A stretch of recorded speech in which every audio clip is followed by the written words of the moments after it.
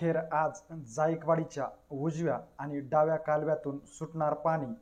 माजलगाव धरणामध्ये देखील जायकवाडीच्या उजव्या कालव्यामार्फत येणार पाणी। तर नमस्कार मंडळी, तुम्हा सर्वांचे गावगाडा ह्या लोकप्रिय चॅनलवर स्वागत आहे।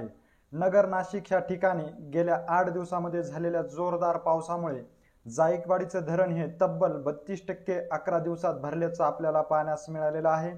जायकवाडीचं जे धरण आहे ते आज घडीला जवळपास 76% भरल्याचं पाहण्यास मिळत आहे।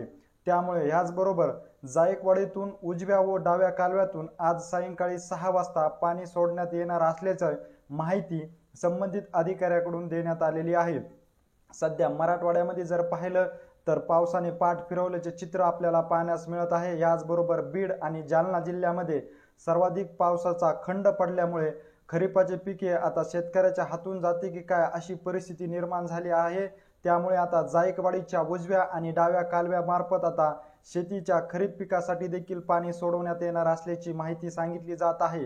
याचबरोबर जायकवाडीच्या उजव्या कालव्यातून माजलगाव धरणात देखील पाणी सोडवण्यात येणार असल्याची माहिती देखील संबंधित अधिकाऱ्याकडून सांगितली जात आहे। कारण माजलगावचं जे धरण आहे ते केवळ 10% त्या धरणामध्ये पाणी साठा शिल्लक असल्याची देखील माहिती समोर येत असून आता जायकवाडीच्या धरणातून माजलगावच्या धरणात देखील पाणी सोडवण्यात येणार असल्याचं देखील सांगितले जात आहे।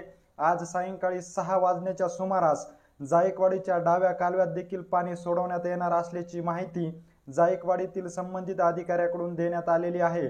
तर माजलगाव या धरणामध्ये जायकवाडीच्या उजव्या कालव्यातून देखील पाणी सोडवण्यात येणार असल्याचं सांगितलं जात आहे।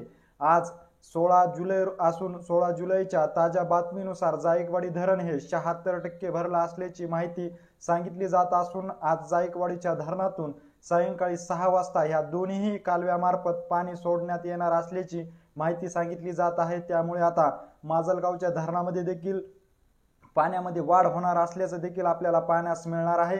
जायकवाडी व माजलगाव धरणाविषयीची अशीच नवनवीन माहिती जर तुम्हाला जाणून घ्यायची असेल आणि तुम्ही अजूनही आमच्या चॅनलला जर सबस्क्राइब केलं नसेल तर नक्की सबस्क्राइब करा। धन्यवाद।